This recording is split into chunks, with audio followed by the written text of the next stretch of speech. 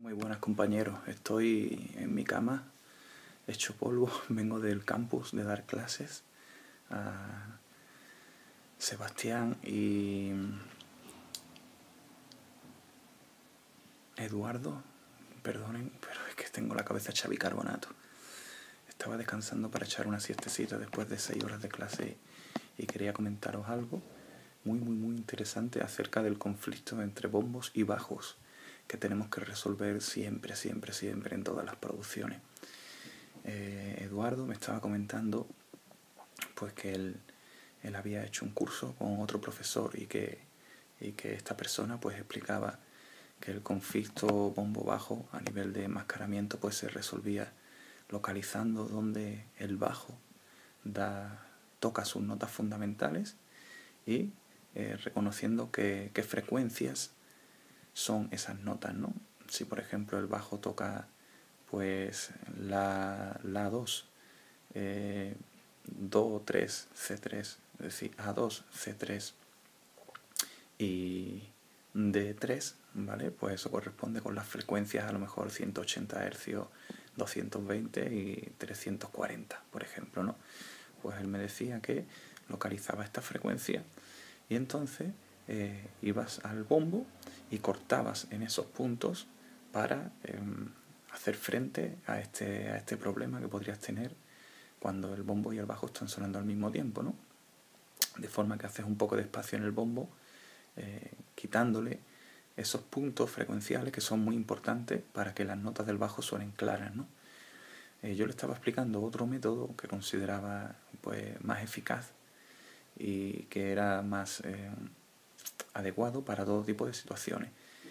Estaba comentándole que, claro, un bajo a lo mejor puede tener 3 notas, suponiendo que sea el bajo más sencillo del mundo, y podría a lo mejor ser resuelto de esta forma, no lo sé, yo no lo hago así, pero teniendo en cuenta de que un bajo podría tener tranquilamente 8 o 10 notas, un bajo que haga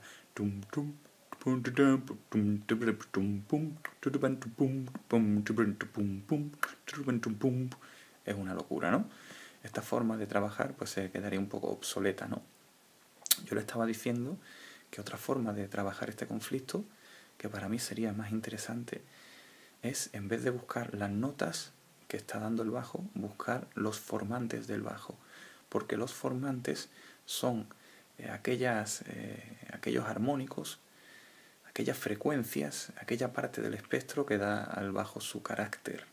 Esto significa que hay una zona en los medios graves donde el bajo tiene todo su carácter. Si yo busco esta zona no depende de la nota, ¿vale? El bajo de la nota que dé suena ese bajo, ¿vale?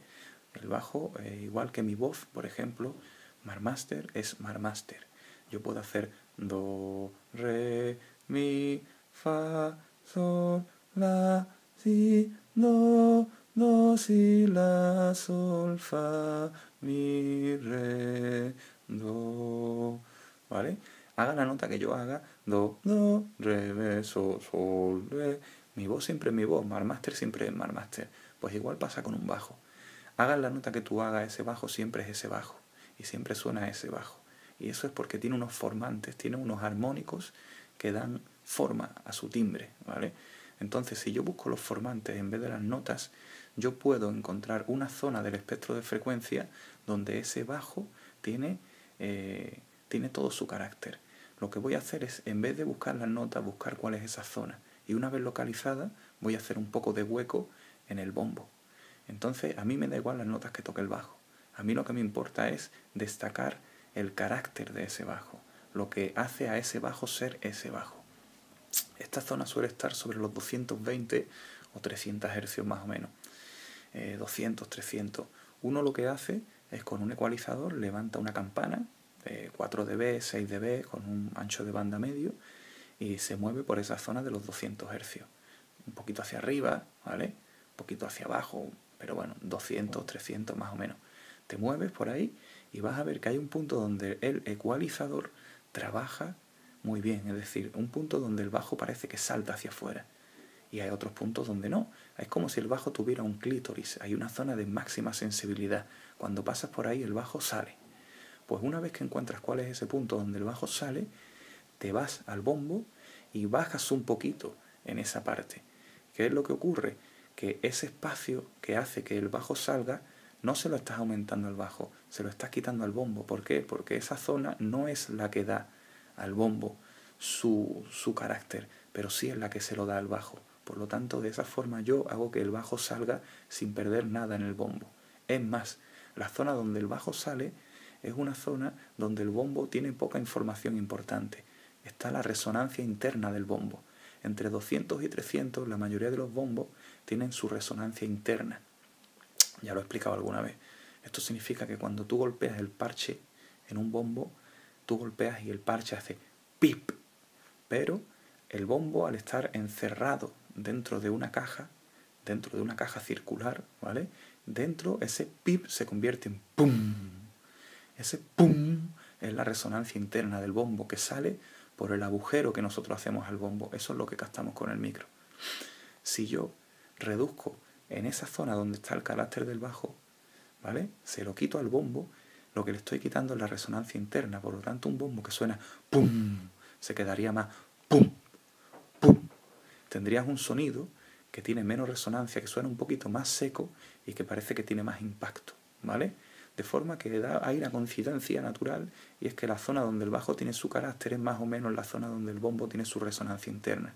Y casi que es conveniente o interesante o normalmente funciona bien quitarle esa resonancia, porque tenemos una sensación de que ganamos un poco más de impacto, un poco más de ataque, un poco más de pegada, ¿vale? Entonces, esta técnica creo que es muy interesante y funciona mejor que buscar las notas del bajo, ¿no?